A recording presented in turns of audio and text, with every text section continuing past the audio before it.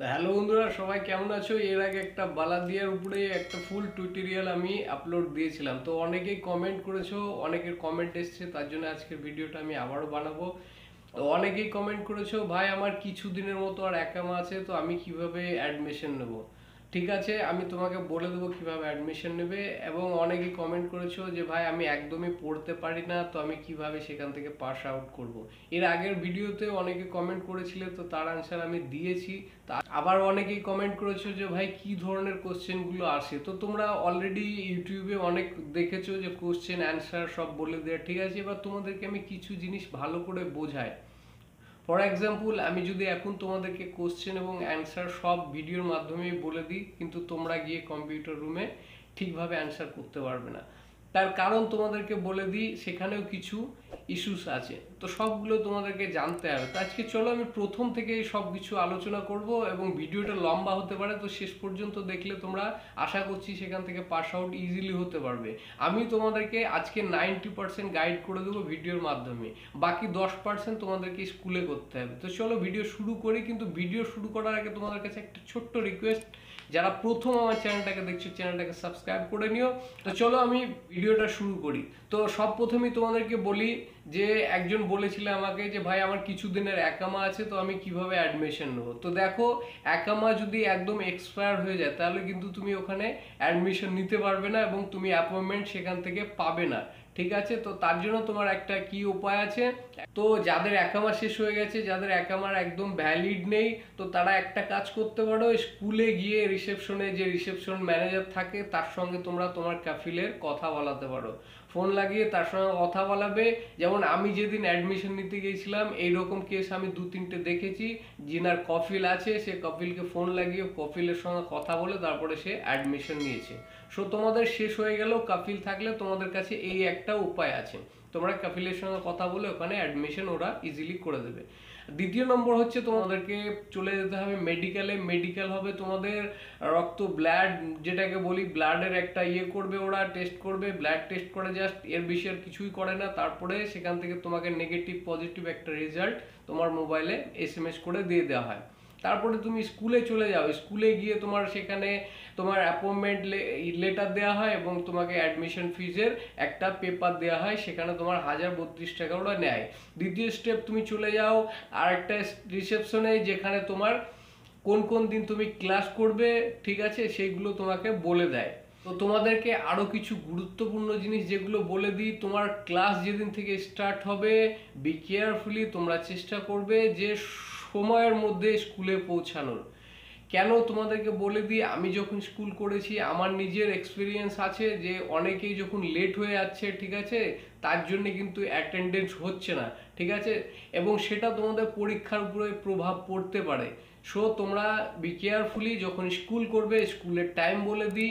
এক এক স্কুলে এক এক শিফটের টাইম থাকে। তো আমার স্কুলে যেমন ছিল 9টা থেকে 12:30 পর্যন্ত, তার মধ্যে আধা ঘন্টার ব্রেক থাকে, 15 মিনিট 15 মিনিট করে 30 মিনিটের ব্রেক থাকে, দুবার ব্রেক হয়, দুবারেই অ্যাটেন্ডেন্স হয়।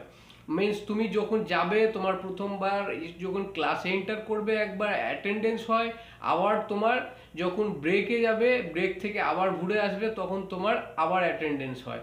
সো তোমাদের স্কুলটাও খুবই গুরুত্বপূর্ণ। তোমরা যারা ক্লাসটা ফাঁকি দাও বা ক্লাসটা যারা করবে না এরকম ভাবো, তাদের জন্য পরীক্ষায় প্রভাব পড়তে পারে। সো তোমরা বুঝতে পারলে আশা করছি যে ক্লাসটা কতটা ইম্পর্টেন্ট। তো ক্লাসটাকে তোমরা খুবই ইম্পর্টেন্ট দিয়ে করবে, এটা তোমাদের একটা পরীক্ষারই অংশ, ঠিক আছে।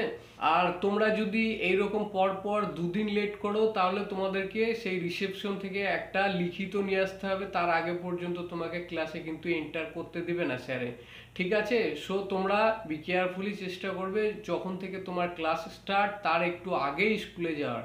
তো এইবার আমি চলে আসছি, আরেকজন ভাই বলেছিল যে আমি একদমই রিডিং পড়তে পারি না, তো আমি কিভাবে ভাই পাস করব। তো তোমাকে বলে দিই আমি, তোমার 3 দিন ক্লাসের পর তোমাকে যখন কম্পিউটার রুমে পাঠানো হবে, সেখানে হয় ম্যাম থাকবে কিংবা স্যার থাকবে, যে কোনো কেউ থাকবে সেখানে, ঠিক আছে, থাকবে। তাকে জাস্ট তুমি বলবে যে আমি আমার হেডফোনসটা নেব এবং আমার ল্যাঙ্গুয়েজটা প্লিজ আমাকে চুজ করে দিন।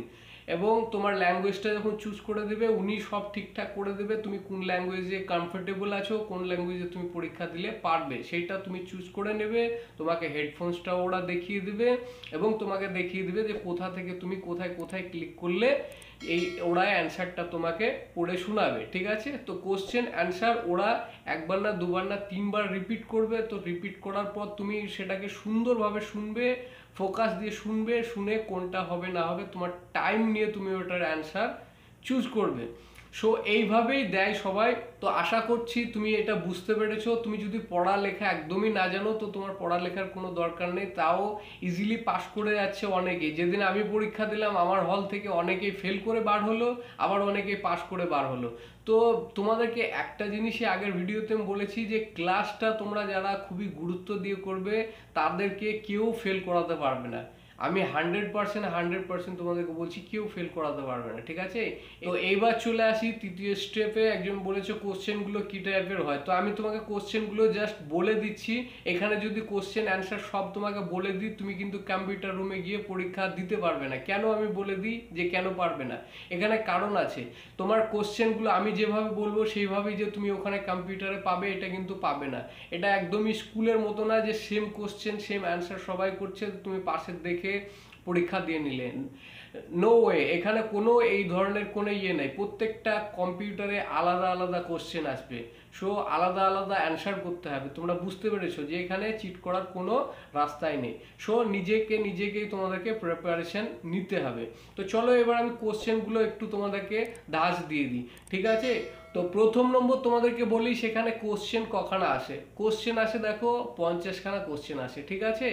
এবার 50খানার মধ্যে তোমার যদি তোমরা 40খানা দাও ফেল করে যাবে, 45খানা দিতে হবে, মানে 5খানা তুমি ওখান থেকে যদি ভুলভাল করো সেটাও তুমি অ্যালাউ হয়ে যাবে, তার মানে পাস করে যাবে। তোমাকে 50-এর মধ্যে 45খানা অ্যান্সার সঠিক দেয়াই লাগবে, ঠিক আছে, বোঝা গেল। এবার তোমাদেরকে আমি আসি কোশ্চেনে। তো দেখো প্রথম নম্বর ওখানে কোশ্চেন যেগুলো সব থেকে বেশি আসে সেটা হচ্ছে ব্যাকটেরিয়ার উপরে, ঠিক আছে। এর জন্যই আমি তোমাদেরকে সব প্রথমেই বলেছি যে তোমরা ক্লাসটা যদি খুবই সুন্দরভাবে করো তাহলে তোমরা পাস করবে। কারণ ক্লাসে যে কোশ্চেনগুলো দেখায় সেইগুলোই জাস্ট আগে পরে, কোনোটা হচ্ছে 20 নম্বরে, কোনোটা 10 নম্বরে, কোনোটা 35 নম্বরে, ওই কোশ্চেনগুলোই আসে জাস্ট আগে পরে এইরকমভাবে। তো বোঝা গেছে তোমরা ক্লিয়ার হতে পেরেছো।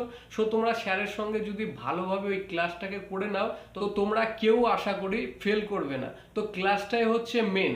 তো তুমি এবার চলে এসো কোশ্চেন। আমি কোশ্চেন তোমাদেরকে বলি ব্যাকটেরিয়ার উপরে অনেকগুলো কোশ্চেন থাকে। এবার তোমাদেরকে আমি কোশ্চেনের ধাঁচগুলো দিয়ে দিই। 50খানা কোশ্চেনের মধ্যে সেখানে দেখো 44খানা কোশ্চেন, যেগুলো কোশ্চেন এবং অ্যান্সার তোমাকে করতে হবে, যেখানে তোমার 3টে করে অপশন থাকে। একটা করে কোশ্চেন থাকবে, 3টে করে অপশন থাকবে। তোমাকে অপশনে চুজ করতে হবে যে কোনটা রাইট কোশ্চেন তোমার, ঠিক আছে। আর 6খানা যেটা থাকে, 44খানা ওই রকম কোশ্চেন থাকে, আর 6খানা যেটা থাকে সেটা হচ্ছে ছবি চুজ করতে দেয় তোমাকে, ঠিক আছে। তো তোমাদেরকে এবার 44খানা কোশ্চেন কিরকম আসে তোমাদেরকে বলে দিই যে কোন কোন খাবারে ব্যাকটেরিয়া জন্ম নেয়, কোন খাবারে তাড়াতাড়ি ব্যাকটেরিয়া জন্ম নেয়, কি টেম্পারেচারে খাবার থাকলে সেই খাবারে ব্যাকটেরিয়া হবে, ঠিক আছে, ব্যাকটেরিয়া উৎপন্ন হবে। এবং এবং আরো কোশ্চেন থাকে ব্যাকটেরিয়া কিভাবে খাবারের মধ্যে আসে, লাইক মানুষের কাছ থেকেই তো আসে না, নাকে মুখে হাতের মধ্যে দিয়েই কোথা থেকে কিভাবে ব্যাকটেরিয়াটা খাবারের মধ্যে আসে এটা তোমাকে। এবার কাজ করছো, কাজের জায়গায় তোমাকে কিরকম পরিবেশে থাকতে হবে, তোমার হাতে গ্লাভস থাকতে হবে, মুখে মাস্ক থাকতে হবে, না কি পরিবেশে তুমি কাজ করবে, ঠিক আছে। কোনো জায়গায় ক্লিন করছো তো কোন স্যানিটাইজারে তুমি ক্লিন করবে, ঠিক আছে, এবং ক্লিন করার ন্যাকড়াটা কি হবে, ঠিক আছে। এই ধরনের যাবতীয় কোশ্চেন কিন্তু অনেক আসে, ঠিক আছে। এবার তোমাকে বলে দিই যে কাঁচা খাবারে ব্যাকটেরিয়া জন্ম নেয় না রান্না করা খাবারে ব্যাকটেরিয়া জন্ম নেয়, এইগুলো। তোমার বমি হলে এটা কিসের কারণ, মাথা ঘুরলে এটা কিসের কারণ, ঠিক আছে। এই ধরনের যাবতীয় কোশ্চেন কিন্তু বেশি আসে, ঠিক আছে। তো এইগুলোই তোমাদেরকে ফোকাস করতে হবে। তারপরে তোমাদেরকে দ্বিতীয় দিন তোমাদেরকে কিচেনে নিয়ে যাওয়া হয়, ওটা আমি অলরেডি বলেছি। এবার কিচেনে গিয়ে তোমাদেরকে ওখানে কি করবে, টেম্পারেচার সম্বন্ধে তোমাদের অনেক কোশ্চেন ওখানে করে ভেতরে, ঠিক আছে। যেমন তোমার দেখাবে যে চিকেন কাটবা, কোন ট্রেতে তুমি চিকেনটা কাটবা, কোন ধরনের তুমি চাকু ব্যবহার করবে সেখানে, ঠিক আছে, এবং চিকেনটা কিভাবে ধুবে, তুমি কিভাবে পরিষ্কার করবে, ঠিক আছে, কোন কেমিক্যাল দিয়ে তুমি চিকেনটা ধুবে তারপরে কাটিং করবে। তো কাটিং করার আগে তোমার হাতে গ্লাভস রাখতে হবে, মুখে মাস্ক রাখতে হবে, তোমাকে ড্রেস পরাবে, সব কিছু তোমাকে টোটালি ওখানে দেখাবে, ঠিক আছে। তারপরে তুমি যে ভেজিটেবল কাটবে, ভেজিটেবল আগে কিভাবে ধুবে, কতবার পানি দিয়ে ধুবে, তারপরে কি কেমিক্যাল দিয়ে ওটাকে ধুতে হবে, তারপরে তুমি কাটবে, ঠিক আছে? সব কিছু তোমাকে ওখানে টোটালি দেখানো হবে, ঠিক আছে? তারপরে তোমার কাঁচা খাবার ফ্রিজে কত ডিগ্রি টেম্পারেচারে রাখা হয়, তারপরে রান্না করা খাবার কীরকমভাবে রাখা হয়, ঠিক আছে? রান্না করা খাবার কত ডিগ্রি টেম্পারেচারে থাকলে সেটাই ব্যাকটেরিয়া জন্ম নেবে এবং কত ডিগ্রি টেম্পারেচারের উপরে থাকলে সেটাতে ব্যাকটেরিয়া আসে না। এই ধরনের অনেক কোশ্চেন কিন্তু ওখানে আসে, ঠিক আছে? তোমাদেরকে বলে দিই। এবার যে ফটো, এই যে 6খানা ফটো থাকে, ঠিক আছে? ফটোর ব্যাপারটা বলে দিই তোমাদেরকে। ফটোটা হচ্ছে তোমার লাইক, ধরো আমি এখানে ক্লিন করছি, আমার হাতে স্প্রে আছে বাট আমার কাছে ক্লিন করার টাওয়েল নেই, ঠিক আছে? এই ধরনের কিছু হয়, এটা তোমরা বুঝতে পারছো কোন মিস্টেক এটা, ঠিক আছে? আমার কাছে টাওয়েল নেই কিন্তু ক্লিন করার স্প্রে আছে, তাহলে এটা কিন্তু এটা আমার ভুল হচ্ছে, রাইট? এবং আমি ধরো ডাস্টবিনের কাছে দাঁড়িয়ে আছি, ফর এক্সাম্পল আমাকে নিয়ে আমি বোঝাই তোমাদের বুঝতে সুবিধা হবে, ঠিক আছে? যে আমি এখানে ডাস্টবিনে কিছু ফেলবো, ঠিক আছে? বাট আমি পায়ে পায়ে খোলার আমার ডাস্টবিনটায় কোনো ইয়ে নেই, আমি হাত দিয়ে ওটা খুলছি। তোমরা কিন্তু হাত দিয়ে ওটা খুলতে পারবে না, ডাস্টবিন সবসময় পা দিয়ে খোলার ইয়ে থাকতে হবে, ওটা হবে রাইট, ঠিক আছে? তো আমি যদি হাত দিয়ে তুলে আমি ডাস্টবিনে ফেলি, এটা কিন্তু রং। সো তোমরা বুঝতে পারলে এই ধরনের ফটো কিছু থাকবে, ঠিক আছে? এবং অনেকে খাবার কাটছে, সেখানে গ্লাভস নেই, ঠিক আছে? বা মুখে মাস্ক নেই, এটা কি ধরনের হতে পারে? এটা অফকোর্স রং, এটা তোমরা বুঝতেই পারছো। এই ধরনের কি 6খানা কোশ্চেন থাকে। আর বাকি তোমাদেরকে তো বললাম যে ব্যাকটেরিয়ার উপর আর তোমার টেম্পারেচারের উপর, যেমন তোমরা বেসিক্যালি তোমরা অনেকেই জানো, যারা স্টোরে কাজ করো তারা অনেকেই জানো, ঠিক আছে? যে কত ডিগ্রি টেম্পারেচারে কোন কোন খাবার রাখা হয়, ফ্রোজেন খাবার কত ডিগ্রি টেম্পারেচারে রাখা হয়, নর্মাল ফ্রিজে কোন কোন খাবার রাখা হয়, নর্মাল খাবার কি টেম্পারেচারে রাখা হয়, লাইক এই ধরনের কোশ্চেন সবগুলোই আসে, ঠিক আছে? তো তোমাদেরকে আমি ফর এক্সাম্পল তরে সব কিছু আমি বোঝালাম, ঠিক আছে?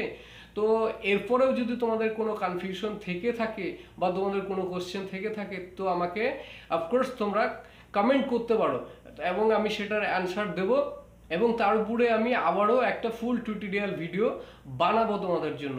আশা করি তোমাদের কোশ্চেনের অ্যান্সার পেয়েছো। যদি ভিডিওটা ভালো লাগে তো সব বন্ধুদের সঙ্গে ছুটিয়ে তোমার বন্ধুদের কাছে শেয়ার করে দাও, তাদেরও একটু হেল্প হয়ে যাবে, তারাও যদি নতুন বিগিনার হয়ে থাকে এবং তারা বালা দিয়ে পরীক্ষার জন্য প্রিপারেশন নিতে থাকে। সো চলো, মিলছে আরেকটা ভিডিওতে, ততক্ষণের জন্য গুড বাই।